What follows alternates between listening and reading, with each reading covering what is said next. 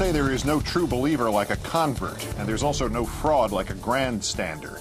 Bill O'Reilly has again defended his remarks that Shawn Hornbeck, the abducted and sexually abused teenager from Missouri, had more fun with his captor than he'd had at home.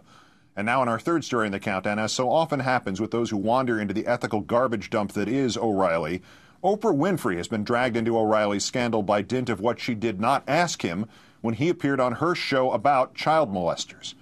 Not asking him why he said Hornbeck consciously chose to stay with his captor because he was having fun playing games and enjoyed not having to go to school. Those were O'Reilly's words. Last night on his own show, a viewer referred to the angry reaction of Winfrey viewers online.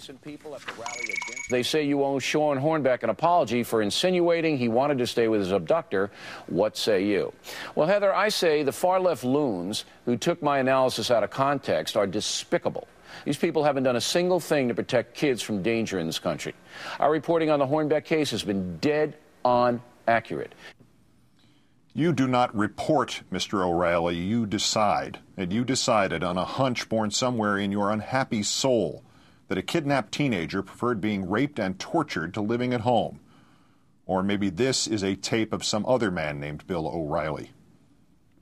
The situation here for this kid looks to me to be a lot more fun than what he had under his old parents. He didn't have to go to school. He could run around, do whatever he wanted. Kids like school. What? Some kids like school. Well, I don't believe this kid did. And I think when it all comes down, what's going to happen is there was an element here that this kid liked about his circumstance. We contacted the Oprah show to ask why O'Reilly's original comments and his consistent failure to correct them at his exit as keynote speaker at a Florida fundraiser for the National Center for Missing and Exploited Children were not addressed during O'Reilly's appearance on her show. A spokesperson who would not let us use her name said only, quote, "All I can tell you is Bill O'Reilly was invited to appear on yesterday's Oprah show to share his views about advocating stronger legislation against child predators." Joining us now fresh from his own appearance on O'Reilly's program Wednesday is Mark Klass, the president of Beyond Missing and someone who knows all too well the horrors of losing a child to violence. Mark, thanks again for your time tonight. Sure thing, Keith. It's always a pleasure. You have appeared on Oprah Winfrey's show, and when we all know her admirable goal to defend the vulnerable, the victims, what did she miss here? What should she have been saying to Bill O'Reilly about his original statements?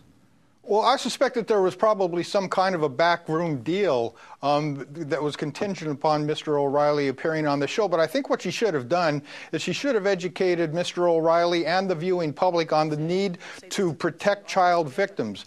You know, America has a juvenile justice system that has existed for almost 100 years and is predicated on the preposition that children are not mini adults, but that they are vulnerable individuals that do not have fully developed cognitive or moral capabilities. And I think that we have to understand that above anything else, Shawn Hornbeck was 11 years old when he was snatched, and for that entire 4-year period, he was a victim. He needs to be treated with dignity, and he needs to be treated with care. He should not be exploited or humiliated or otherwise undermined.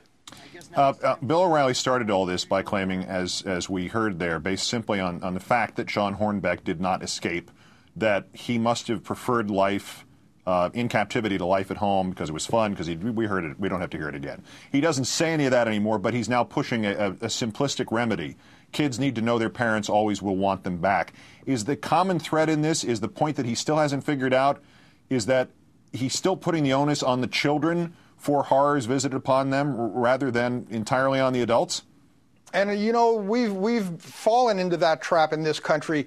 We have to understand that my daughter Polly, that Elizabeth Smart, that Jessica Lunsford all left their homes with a predator, in inhabited homes with a predator, and they all knew not to. That Shawn Hornbeck and Ben Ownby both knew that they shouldn't go with this individual. We've all seen the video of Carly Bruscia being led off by her predator and the video of Shasta Groney following the monster around the convenience store. The reality is that there's not a young child in this country that is physically or mentally equipped to be able to stand up to a determined predator. We have to take the responsibility as adults to do two things. Number one, to protect children from the predators that exist today, and number two, ensure that today's children don't become tomorrow's predators. It's up to us. It's never up to the kids. What happened with this keynote speech that O'Reilly was supposed to give 2 weeks from tonight in Florida to the fundraiser for the Center for Missing and Exploited Children? I mean, just sort of vanished from the website. Do you know what happened there?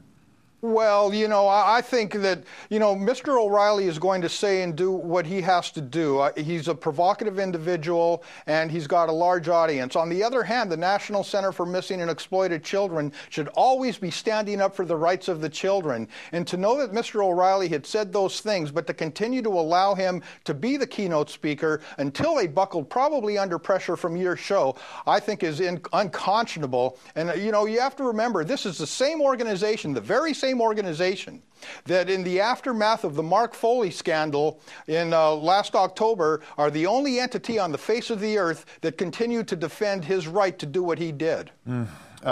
We saw this with the Malmedy story, the World War II war crime when the Nazis slaughtered American prisoners. Only O'Reilly said it was the dead Americans who had slaughtered German prisoners. He just got it wrong. There was no nuance, no context. There was nobody to blame but himself.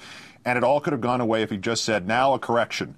And this with Shawn Hornbeck, this could have all gone away too if he said, hey, I got it wrong, I need to make a correction. Why aren't these kids more important to anybody, but particularly to this man, than is his own ego? Well, clearly they are. I mean, everybody understands that. And let's put a little context in this. When Polly was kidnapped in 1993, there were no protocols to recover her. There was no legislation that allowed us to keep predators behind bars. In fact, most of these characters were living their life sentence on the installment plan. The management of sex offenders and community notification wasn't even a concept. We've evolved hugely since that time, and we have to continue to do that by taking a realistic approach and not a simplistic approach. Well put. Mark Klass, the president of Beyond Missing. As always, Mark, thanks for joining us tonight. Thank you, sir.